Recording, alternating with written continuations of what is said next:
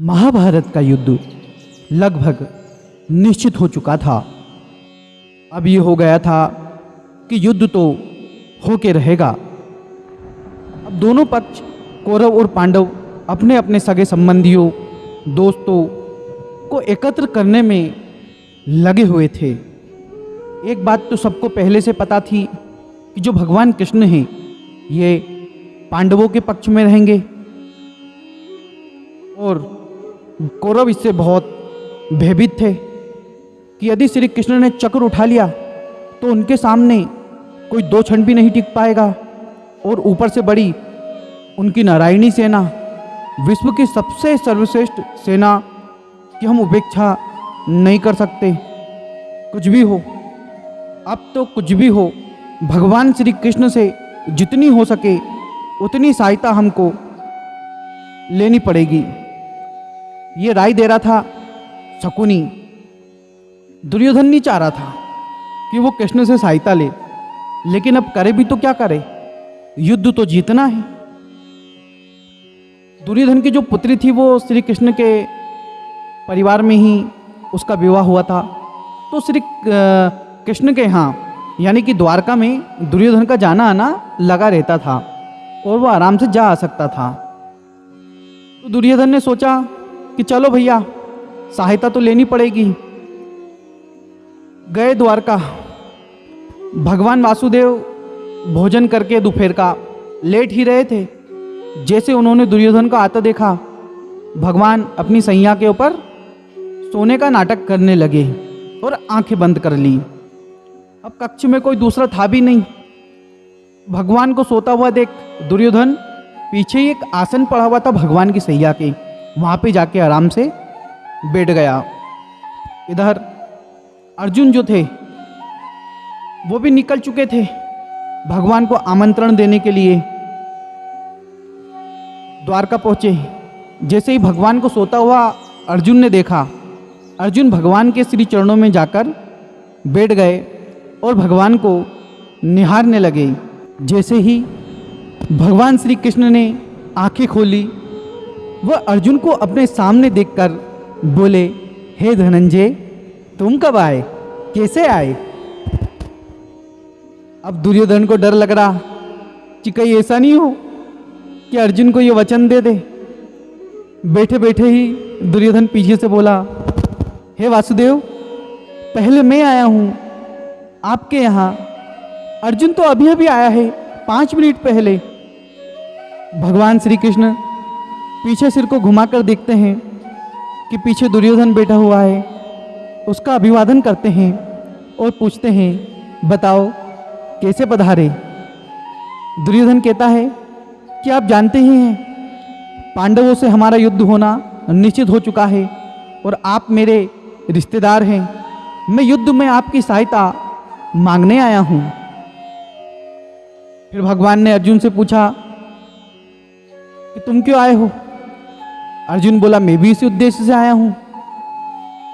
भगवान संकट में तो कहने लगे कि मैं तो दोनों का रिश्तेदार हूँ और यह आपका घरेलू युद्ध है। मैं भला किसी पक्ष से युद्ध कैसे कर सकता हूँ? मुझे ये पसंद नहीं है और मैं पहले ही कह दूँ कि इस युद्ध में हथियार नहीं उठाऊंगा। एक और मैं शस्त्रहीन रहूँगा और एक और शस्त्र से सज्जित मेरी सेना रहेगी। परंतु राजन, भगवान दुर्योधन को कह रहे हैं कि मैंने अर्जुन को पहले देखा और अर्जुन आपसे छोटा है, अतः पहले अर्जुन को अवसर मिलना चाहिए कि नहीं मिलना चाहिए, कि उसे क्या चाहिए? तो दुर्योधन क्या बोले, कुछ नहीं बोल पाया। अर्जुन को तो जैसे अवसर ही मिल गया, एक बड़ा वरदान ही मिल गया। अर्जुन डर रहा था कि कहीं ऐसा नहीं हो जाए कि पहले अवसर दुर्योधन का मिले और दुर्योधन वासुदेव को मांग ले, तो अनर्थ हो जाएगा। उसने बड़ी आतुरता से कहा कि भगवान, मैं चाहता हूँ, कृष्ण को कह रहे हैं अर्जुन, कि आप हमारी तरफ रहो। इधर दुर्योधन का मुख सूख रहा था। वो सोचने लगा कि जब शस्त्र ही उठाएंगे नहीं तब युद्ध में लेकर इन्हें मैं क्या करूँगा? उल्टा कोई ये उपद्रव खड़ा ना कर दे। कहीं ऐसा ना हो कि अर्जुन सेना ले ले और ये हमारे सिर पड़ जाए। लेकिन जैसे ही अर्जुन की बात सुनी, दुर्योधन खुशी के मारे उछल पड़ा और कहने लगा, मंजूर मंजूर मंजूर, आप पांडव पक्ष में रहें और आपकी नारायणी सेना को आज्ञा दे कि वो हमारे पक्ष में युद्ध लड़े। भगवान तो पहले ही सब कुछ देख चुके थे कि दुर्योधन क्या मांगेगा, अर्जुन क्या मांगेगा। दुर्योधन के सामने ही सेना को आदेश भेज दिया कि जाओ भैया, दुर्योधन की तरफ से तुमको लड़ना है। और अर्जुन से मुस्कुराकर बोले कि पार्थ, ये क्या बचपना किया तुमने, सेना क्यों नहीं ली? मैंने तो तुमको पहले ही अवसर दिया था और मैंने पहले कहा था कि मैं शस्त्र नहीं उठाऊंगा, ये पहले ही कह चुका हूं मैं। मुझे लेकर तुमने क्या लाभ सोचा?